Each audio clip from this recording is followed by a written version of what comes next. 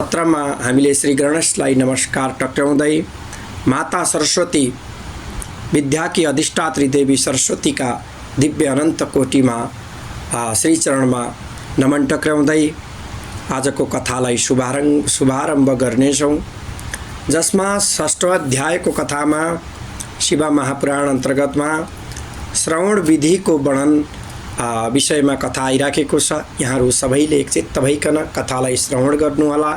हृदय करकमलमा कुनै भगवान कैलाश अधिपति महादेवको ध्यान चिन्तन गर्नुहोला। सौनक उवाच सुत सुत महाप्राज्ञा व्यास शिष्य नमस्तुते धन्यस्त्वं शैव वर्योऽसि वर्णनीये महद्रुणाम्। सौनकजीले भन्नुहुन्छ, हे व्यास शिष्य महाबुद्धिमान सुत, हजुरलाई नमस्कार छ। भगवान हजुर वरिष्ठ शिवभक्त, कथा वर्णन गर्नमा कुशल गुण भएका हुनुहुन्छ। श्रीमद् शिव महापुराणको श्रवण विधि बताऊँ, जसबाट सबै श्रोताले सम्पूर्ण उत्तम फल प्राप्त गरून्। सुतजीले भन्नुहुन्छ कि हे सौनक, अब म तिमीलाई सम्पूर्ण फल प्राप्तिका उद्देश्यले शिव पुराण श्रवणको विधि भन्छु।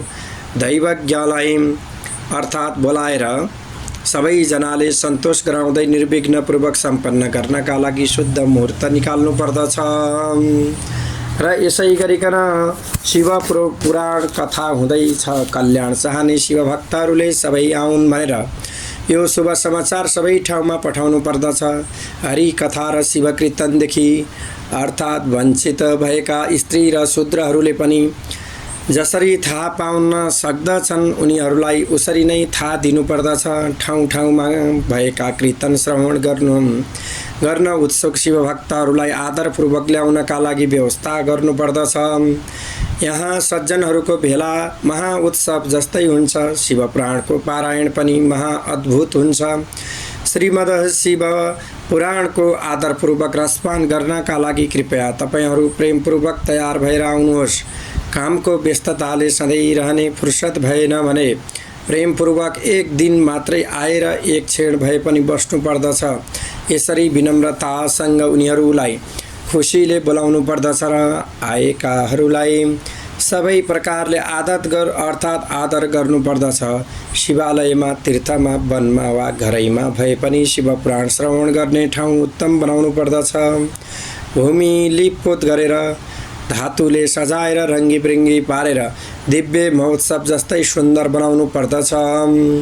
भूमि लिपपोत गरेर, धातुले सजाएर, रङ्गीबिरङ्गी पारेर दिव्य महोत्सव जस्तै बनाइसकेपछिबाट यसको उद्देश्य गरिएका घरायसी सबै सामग्रीहरू घरको एकान्त कुनामा आदरपूर्वक विशेष यत्नले राख्नु पर्दछ।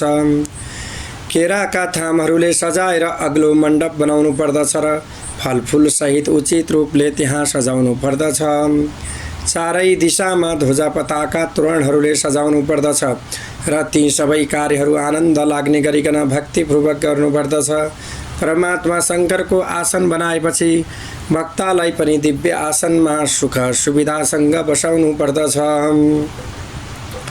हे मुने, सके अनुसार सुन्दर स्थल बनाउनु पर्दछ। श्रोताहरूलाई र अरूलाई पनि साधारणतया सजिलो ठाउँ हुनुपर्दछ। हे सौनक, अरू चिन्ता सबै हटाएर विवाहमा जसरी मन लगाइन्छ त्यसरी नै यसमा मन लगाउनु पर्दछ र लौकिक चिन्ता त्याग्नु पर्दछ। पलेटी कसेर भक्ता उत्तर फर्किनु पर्दछ र श्रोता पूर्वतिर फर्किनु पर्दछ।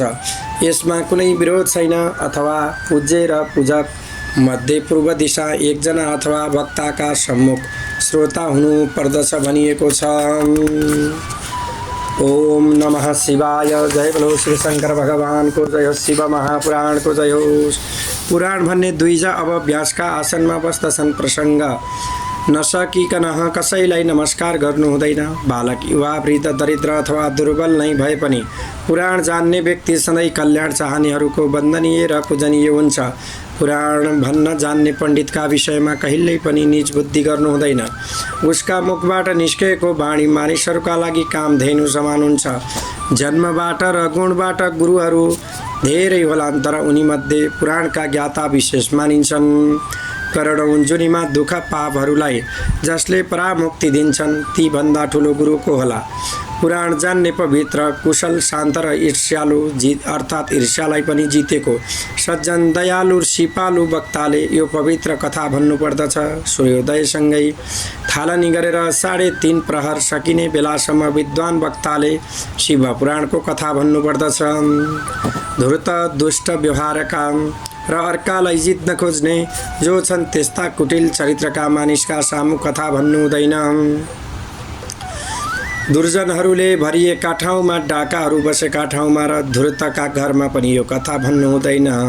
यो कथा सुनिरहँदा मानिसहरूले मलमूत्र विसर्जनका लागि मध्याह्नमा एक मुहूर्त कथाको विश्राम गर्नुपर्दछ। व्रत थाल्नुभन्दा अघिल्लै दिन क्षौर कर्म आदि गर्नुपर्दछ। त्यसपछि सबै नित्य कर्महरू यत्नले संक्षेपमा गर्नुपर्दछ। वक्ताको सहयोगका लागि छेउमा अर्को शङ्का निवारण उस्तै पण्डित लोकलाई बुझाउन तयार राख्नुपर्दछ। विघ्न मेटाउनका लागि गणेश भगवानलाई, कथाका अधीश्वर शिवलाई र विशेष गरिकन पुस्तकलाई पनि पूजा गर्नुपर्दछ। सज्जन श्रोताहरूले विधिपूर्वक शुद्ध भएर चित्त शुद्ध पारेर प्रसन्न मनले शिव पुराणका कथाहरू आदरपूर्वक सुन्नुपर्दछ। धेरै कर्महरूमा भौतारिएका काम क्रोध आदि विकार रहेका स्त्री लम्पट पाखण्डी वक्ता र श्रोताहरूले पुण्य पाउँदैनन्। दुनियाँको चिन्ता र धन घर सन्तानको चिन्ता सबै छोडेर कथामै शुद्धमतीले चित्त लगाउनेले उत्तम फल पाउँदछन्। श्रद्धा भक्ति सहितका अन्य काममा लागेकालाई बोली संयम गरेका हतारमा नरहेका श्रोताहरू पुण्यका भागी हुन्छन् भनिकन जान्नुपर्दछ। जय बोलो शिवशङ्कर भगवानको जय होस्। अभक्ता ए कथा पुण्यम शृण्वन्ति मम नराधमा तेषां श्रवणजं नास्ति फलं दुःखं भवे भवे। भक्ति नभएका अधम मानिसहरू जसले यो कथा सुन्दछन् यिनीहरूले सुनेको फल हुँदैन। पाइलै पिच्छे हे दुःख हुन्छ। यथाशक्ति उपहारले पूजा नगरिकन जुन मूर्खले यो कथा सुन्दछ तिनीहरू दरिद्र हुन्छन् तर पवित्र हुँदैनन्। कथावाचक भइरहेका बेलामा जो मानिस अन्यत्र जान्छन् भोककै बीचमा उनका पत्नी सम्पत्ति आदि नष्ट हुन्छन्। टाउकामा फेता गुतेर जसले यो कथा सुन्दछन् तिनीहरूका छोरा नाति कुल दूषित गर्ने पापी हुन्छन्। र यसै गरिकन पान चपाउँदै जुन मानिसले यो कथा सुन्दछ तिनीहरूलाई नरकमा एमं किङ्करले आफ्नै विष्ट खुवाउँदछन्। अग्लो आसनमा बसेर जुन मानिसले यो कथा सुन्दछन् तिनीहरू सबै नरक भोगेर आखिर अर्थात् आखिरमा काग बन्दछन्। वीर आसन आदिमा बसेर जसले यी कथा सुन्दछन् तिनीहरू सबै नरक भोगिसकेर वृक्ष बन्दछन् अर्थात् विष वृक्ष है। वक्तालाई सम्मानले प्रणाम नगरिकन जसले यो कथा सुन्दछन् तिनीहरू सबै नरक भोगेपछि अर्जुन वृक्ष बन्दछन्। बिरामी नभए पनि जो मानिस सुतेर यो कथा सुन्दछन् तिनीहरू सबै नरक भोगेर अजिङ्गर आदि बन्दछन्। वक्ताको समान आसनमा बसेर जसले यो कथा सुन्दछन् ती नरकगामीहरू गुरुको आसनमा बसे समान पापका सधैँ भागी हुन्छन् भनिकन जान्नु। वक्तालाई र यस पवित्र कथालाई जसले निन्दा गर्दछन् तिनीहरू दुःख पाउँदै कुकुरको 100 जुनी भोग्दछन्। कथा चलिरहेका बेलामा जसले गाला मुख अर्थात् मुखाल गरिकन बोल्दछन् तिनीहरू घोर नरक भोगिसकेर गधा बन्दछन्। कहिले पनि यस पवित्र कथा जसले सुन्दैनन् तिनीहरू घोर नरक भोगिसकेर बँदेल बन्दछन्। कथाका बीचमा जुन दुष्टले बाँध हाल्दछन् करोड वर्ष नरकहरू भोगेर तिनीहरू सुँगुर बन्दछन्। सुन्दर भक्तिमान सज्जन श्रोता र वक्ताले यसरी विचार गरेर कथा सुन्नकै लागि प्रेममा तयार हुनुपर्दछ। कथाको विघ्न हटाउनका लागि सधैँ पहिले संक्षेपमा गणेश भगवानको पूजा गरेर प्रायश्चित पनि गर्नुपर्दछ। नवग्रह र सर्वतोभद्र देवताको पूजा गरेर शिव पूजामा भनिएका विधिले पुस्तकलाई पूजा गर्नुपर्दछ। पूजा सकेपछि महाभक्तिले हात जोडेर विनम्रता हुँदै साक्षात् भगवान शिवजीको स्वरूप पुस्तकलाई स्तुति गर्नुपर्दछ। श्रीमद् शिव पुराण नामका तिमी प्रत्यक्ष महेश्वर सुन्नका लागि स्वीकारिएका छौ र म प्रति प्रसन्न हो भनिकन सम्झिनु। यसै गरिकन तिमीबाट मेरो यो मनोरथ सफल होस् र निर्विघ्नतासँग मेरो कथाहरू पूर्ण हुन्। संसार रूपी समुद्रमा डुबेको कर्मरूप आग्रहबाट समातिएको मलाई भवसागरबाट उद्धार गर हे शङ्कर, म तिम्रो दास हुँ। साक्षात् शिवस्वरूप शिव पुराणलाई यसरी विनम्र वचनको स्तुति गरेर वक्ताको पूजा आरम्भ गर्नुपर्दछ। शिव पूजामा बताएका विधिले वक्तालाई पनि पूजा गर्नुपर्दछ। पुष्प, वस्त्र, भूषण, धूप, दीप आदिले अर्चना गर्नुपर्दछ। शुद्ध चित्तले त्यसभन्दा पहिले नियमहरू बनाउनु पर्दछ र यथाशक्ति ध्यान भएर दिएर समाप्तिसम्म पालन गर्ने यत्न गर्नुपर्दछ। हे व्यास रूप ज्ञानका अग्रणी शिव शास्त्रका ज्ञाता, यस कथालाई प्रकट गरेर मेरो अज्ञान नाश गरिदेऊ। 1 वा 5 विप्रहरूलाई वरण गर्नुपर्दछ र भक्तिपूर्वक शिव पञ्चाण मन्त्रको सधैँ जप गराउनु पर्दछ। हे मुनि, तिमीलाई भक्तिले कथा सुन्ने श्रोता र भक्तहरूको उत्तम विधि भनेको छु। अरू के सुन्ने इच्छा गरेका छौ भन्दा। इति श्री स्कन्दे महापुराणे शिव पुराण महात्म्ये श्रवण विधि वर्णनम नाम 6ठो अध्याय। विधि निषेध पुस्तक र वक्ताको पूजन वर्णन, जहाँ 7म अध्यायमा 7औं अध्यायको कथामा हामीले श्रवण गर्नेछौँ। के रहेको छ त विधि निषेध पुस्तक र वक्ताको पूजन वर्णन के रहेको छ, एकचित्त भइकन श्रवण गर्नुहोला। सौनकले भने, हे वरिष्ठ शिवभक्त महाभाग्यवान स्वत तिमी धन्य छौ। हामीहरूलाई यस्तो प्रकारको यो सुख दिने महाअद्भुत कथा सुनाएका छौ।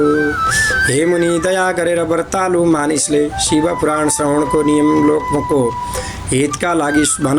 सुतले भन्नुहुन्छ, हे सौनक, ती मानिसहरूका लागि कथाको नियम अति भक्ति लागेको अर्थात् लगाएर सुन। नियमले सत्कथा सुनेर नै उत्तम फल प्राप्त हुन्छ।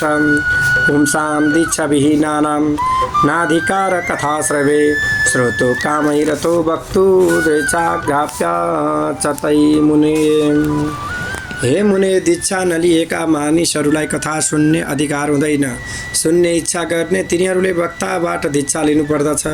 व्रत लिनेले ब्रह्मचर्य पालन गरेर भुइँमा सुतेर र टपरीमा भोजन गरेर यो कथा समाप्तिसम्म नित्य नियम पालना गरिकन सुन्नुपर्दछ। शक्तिमान व्यक्तिले तथा नसकुञ्जेल बसेर शिव भक्ति लगाएर शुद्ध भएर उत्तम शिव पुराण सुन्नुपर्दछ। घिउ पिएर अथवा फलाहार गरेर वा एक छाक खाएर पनि यो कथा सुखले सुन्नुपर्दछ। यस कथाका व्रतालुले एक छाक हविष्यान्न खानुपर्दछ र जसो गर्दा सुन्नमा सजिलो हुन्छ उसै गर्नुपर्दछ। कथा सुन्नमा उपवासले बाधा पार्न सक्छ भने कथा सुन्नका लागि भोजन गर्नु नै राम्रो हुन्छ। अर्थात् वरिष्ठ 2 पत्रे डढेको भटमास र मुसुरो दूषित भावको र बाँस अर्थात् बासी खाएर सधैँ कथाका व्रतालुले बैगुन, खरबुजो, चिचिन्डो, मुला, कुपिन्डो, नारिवल, भुइँमुनि खल्ले अर्थात् खाएर कथाका व्रतालुले प्याज, लसुन, हिङ, भान्टा, मादक पदार्थ जस्ता ती वस्तुहरूलाई आमिष भनिएको हुनाले त्याग्नु पर्दछ। कथा व्रतीले काम, क्रोध आदि 6 वर्ग विकार, ब्राह्मणहरूको निन्दा र पतिव्रतालाई निन्दा गर्न पनि त्याग्नु पर्दछ। कथाका व्रतालुले रजस्वला स्त्रीलाई हेर्नु र पतिलाई कथा भन्नु हुँदैन। द्विजसँग द्वेष गर्ने, वेद त्यागेसँग बोल्नु पनि हुँदैन। कथा व्रतीले सत्य, पवित्रता, दया, मौन, सरलता, विनम्रता र उदारताले सम्पन्न मन बनाउनु पर्दछ। निष्काम वा सकाम भावले पनि नियमपूर्वक कथा सुन्न सकिन्छ। सकाम सुन्नेले कामना पूरा गर्छ र निष्कामले मोक्ष पाउँदछ। दरिद्र, क्षयरोगी, पापी, अभागी वा निसन्तान पुरुषले पनि यस सत्य कथालाई सुन्नु पर्दछ। काकभन्ध्ये आदि 7 प्रकारका र अन्य दूषित स्त्रीहरू र गर्भ खेर जाने नारीहरू पनि जति हुन्छन् तिनीहरूले यो महान कथा सुन्नु पर्दछ। हे मुनि, सबै स्त्री र पुरुषहरूले प्रयत्नतापूर्वक विधिपूर्वक यस शिव पुराणको कथा सुन्नु पर्दछ। यस शिव पुराणका दिनहरू सबै कोटि होम समान नै अर्थात् अति नै उत्तम भनिकन बुझ्नु पर्दछ।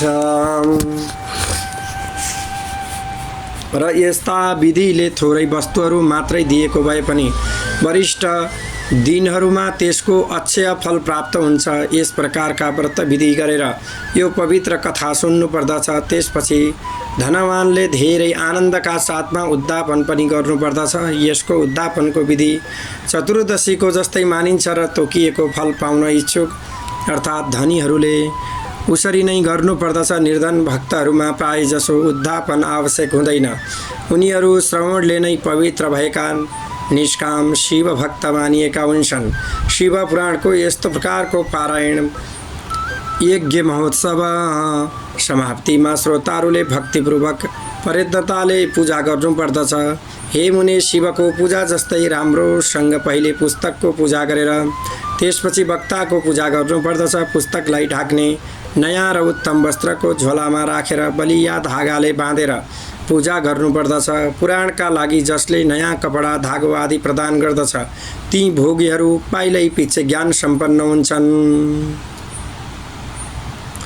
वक्तालाई विविध खालका विशेष गरिकन बहुमूल्य वस्त्र आभूषण पात्र आदि दिव्य वस्तुहरू दिनुपर्दछ। पुराणको आसनका लागि जुन मानिसहरूले कम्बल मृगचर्म कपडा चौकी फलेक आदि दिन्छन् ती स्वर्गलोकमा पुगिकन इच्छित भोग भोगेर ब्रह्मलोकमा एक कल्प बसेर त्यसपछि शिव पदमा जान्छन्। हे मुनि सिंह, पुस्तकको पूजा यस्ता विधानले गरेर महोत्सव गर्दै वक्ताको पनि पूजा गर्नुपर्दछ।